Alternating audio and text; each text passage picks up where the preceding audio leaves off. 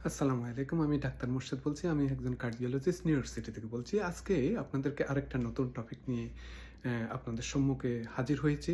সেটি হচ্ছে যে আমাদের অনেক সময় অনেক বমি, বমি ভাব লাগা, বুক জ্বালা-পোড়া করা, হ্যাঁ? অশান্তি লাগছে, কোনো কিছু খেলেই যেন বদ হজম হচ্ছে, এই ধরনের ফিল হয়ে থাকে।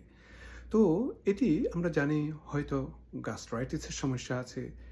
হয়তো আমরা বিভিন্ন ধরনের অ্যান্টাসিড, ওমিপ্রাজল, পিপিআই এই ধরনের অনেক কিছু আ আম খেলে আমাদের ভালো হওয়ার সম্ভাবনা আছে। কিন্তু আপনি কি জানেন যে দুশ্চিন্তা করলেও আপনার কিন্তু এই ধরনের সমস্যা হতে পারে। বিভিন্ন ধরনের অশান্তি বা দুশ্চিন্তা বা মানসিক চাপ যদি থাকে তাহলে আপনার অনেক সময় এই ধরনের সিম্পটম হতে পারে। সেটা কিরকম?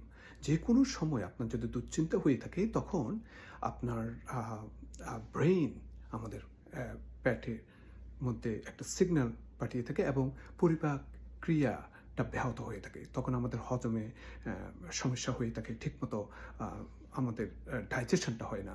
আমরা অনেক সময় বলে থাকি ব্রেইন স্টোমাক অ্যাক্সিস যেটি, হ্যাঁ? আপনারা দেখবেন কোনো দুশ্চিন্তা থাকলে আপনার অনেক সময় পেটে অনেক ধরনের অশান্তি করে থাকে। তো সুতরাং বুঝতেই পারছেন যদি আপনার দুশ্চিন্তা হয়ে থাকে তাহলে যদি দুশ্চিন্তা যদি একদম সরিয়ে নেওয়া যেত তাহলে তো আপনার এই ধরনের সমস্যা হতো না। তো এটি তো অনেক সময় আমাদের সম্ভব হয় না। কিন্তু কি করা যেতে পারে? সে ব্যাপারে আমি কিছু টিপস দেব। তো সর্বপ্রথম হচ্ছে যে আপনাকে পর্যাপ্ত পরিমাণ পানি খেতে হবে। হাইড্রেশন আপনাকে কন্টিনিউয়াস রাখতে হবে। যতটুকু যদি আপনার কোনো ধরনের কন্ট্রা ইন্ডিকেশন না থেকে থাকে তাহলে দৈনিক যে আমরা যতটুকু পানি পান করার সেগুলো আমাদেরকে নিতে হবে। যদি আপনার অন্য কোনো ধরনের সমস্যা না থেকে থাকে। সেটি হচ্ছে যে নাম্বার 1। নাম্বার 2 হচ্ছে যে আপনাকে ঠিকমতো ঘুমাতে হবে। ৭-৮ ঘন্টা ঠিকমতো ঘুমাতে হবে। যাতে কোনো অবস্থাতে ঘুমের ব্যাঘাত না ঘটে থাকে সেদিকে খেয়াল রাখতে হবে। যদি ঘুম যদি ঠিকমতো আপনি যান 7 to 8 hours at least a day তাহলে আপনার এই ধরনের বদ হজমটাও আপনার গ্যাস্ট্রাইটিস অনেক সিম্পটমও চলে যেতে পারে। নাম্বার 3 হচ্ছে যে এক্সারসাইজ। যে কোনো অবস্থাতেই আপনি সেডেন্টারি লাইফস্টাইলে থাকবেন না। আ যাতে আপনি নিজেকে আ জোর করে হলেও আপনাকে কিছু হাঁটতে হবে, এক্সারসাইজ করতে হবে যাতে আপনার আ পরিপাকতন্ত্রে যাতে আরো একটু ভালো কাজ করতে পারে সেটি। এরপরে আমি বলব যে মেডিটেশন।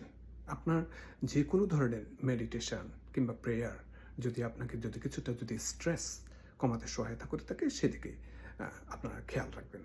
তারপরে যেটি বলব সেটি হচ্ছে যে ডায়েট।